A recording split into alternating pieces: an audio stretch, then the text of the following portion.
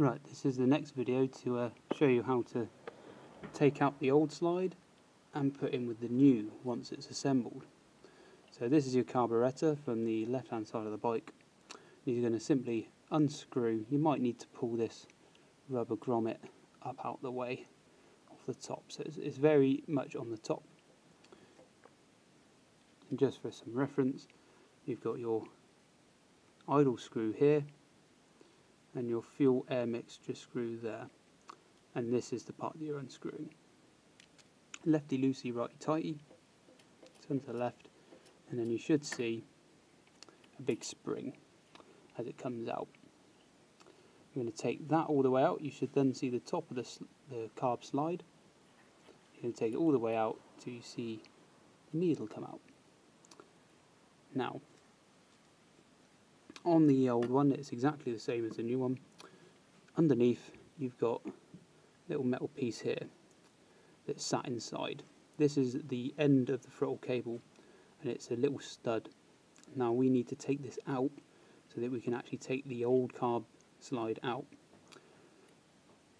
To do this, we need to compress the spring upwards towards the top of the slide. Now, and get the light right, you should see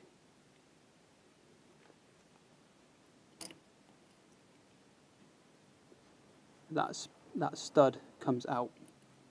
Once it does come out, we need to just work with our hands and then thread the stud out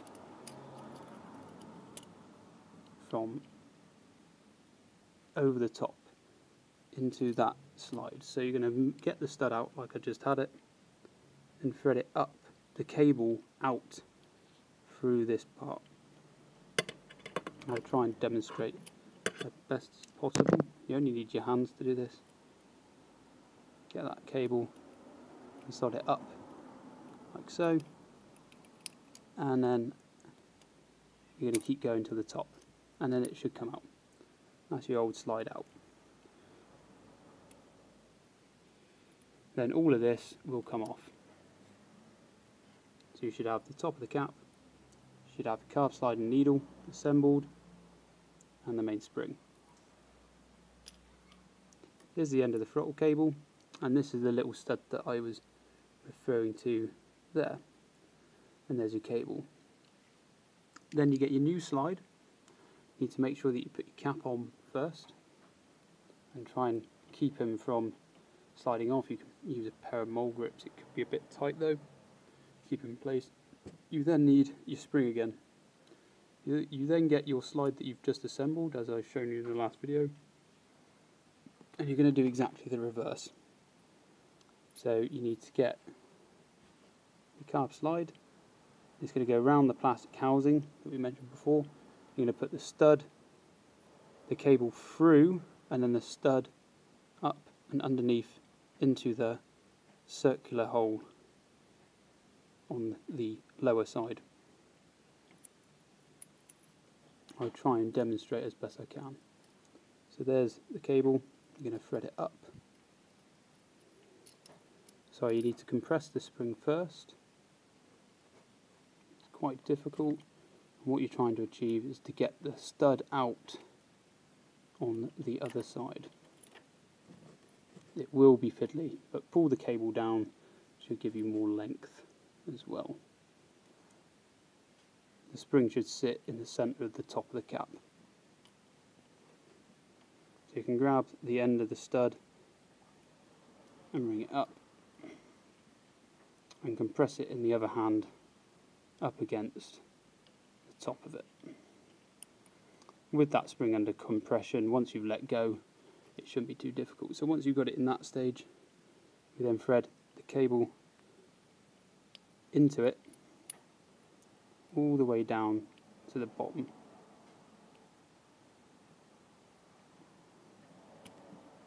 Into that recess, and then under compression, let go of the spring, and then it should sit nicely into that stud. Then, as before, it's just the reverse. You're going to slot it back up into the top of the carburettor, And when you put it in, you can put it in one or two positions. So you just spin the carburettor slide left or right, and if it looks something like this, don't force it down because you could cause a little bit damage to the railings inside the carburettor. So just gently spin it round and it should fall. And it should keep on travelling. If it doesn't follow all the way down and you think that you need to push it, you shouldn't. All it needs to do is come back out and keep spinning with it under the compression of the spring, and it should fall it back into place where it should. So there it goes. Not quite. I just need to keep spinning until it meets up with the railings correctly. Not there.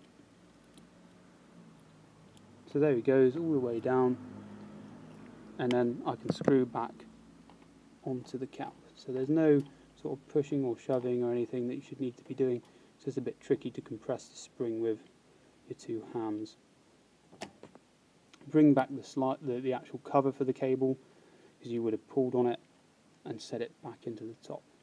Replace your grommet, and that's the slide changed and back in.